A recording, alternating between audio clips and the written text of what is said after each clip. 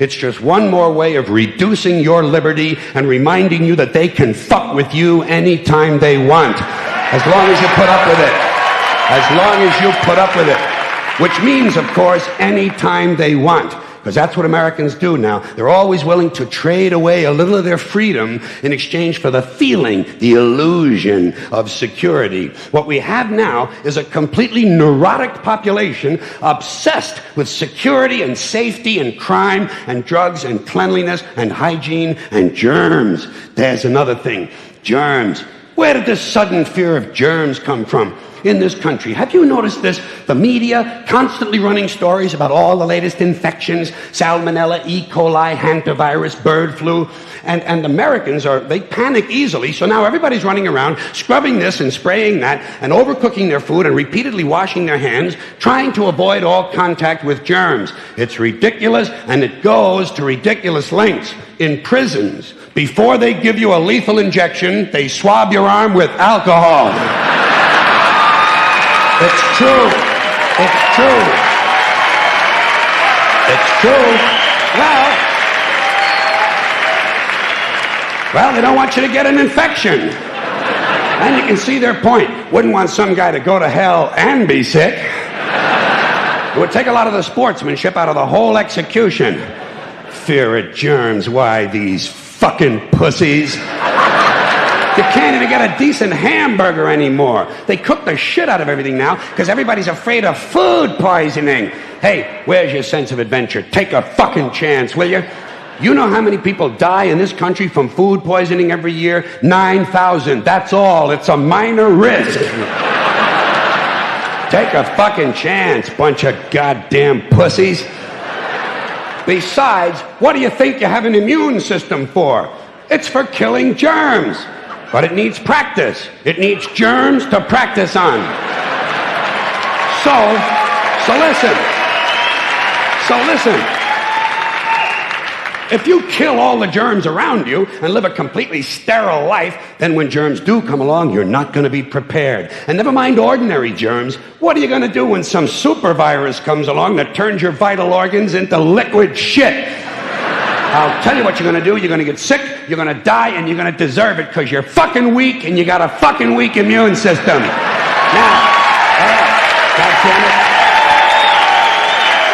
Hey. All right. Let me tell you a true story about immunization, okay? When I was a little boy in New York City in the 1940s, we swam in the Hudson River, and it was filled with raw sewage, okay? We swam in raw sewage, to cool off. And at that time, the big fear was polio. Thousands of kids died from polio every year. But you know something? In my neighborhood, no one ever got polio. No one, ever. You know why? Because we swam in raw sewage. It strengthened our immune systems. The polio never had a prayer. We were tempered in raw shit. So personally, I never take any special precautions against germs. I don't shy away from people who sneeze and cough. I don't wipe off the telephone. I don't cover the toilet seat. And if I drop food on the floor, I pick it up and eat it. I eat it. Yes, I do. Even if I'm at a sidewalk cafe in Calcutta, the poor section, on New Year's morning during a soccer riot.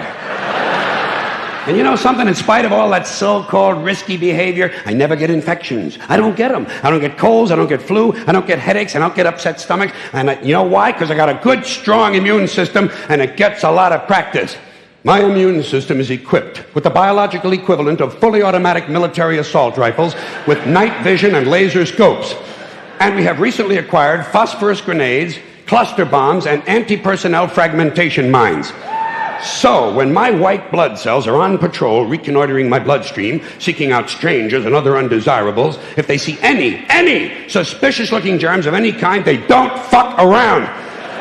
They whip out the weapons, they wax the motherfucker, and deposit the unlucky fellow directly into my colon. Into my colon. There's no nonsense. There's no Miranda warning. There's none of that 3 strikes and you're out shit.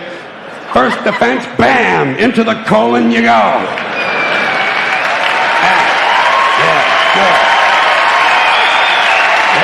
Hey. Oh.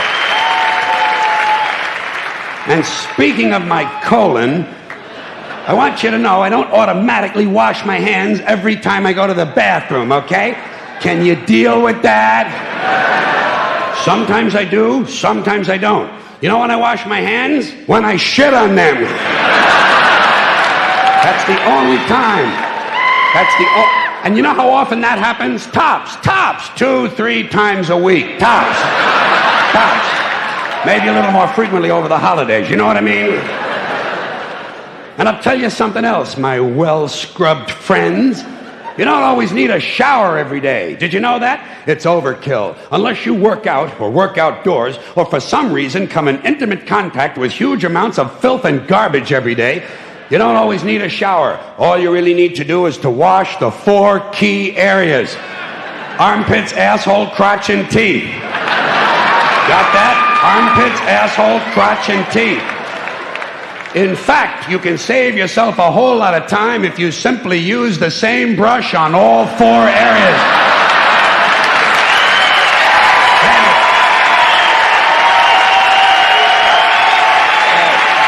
Thank you.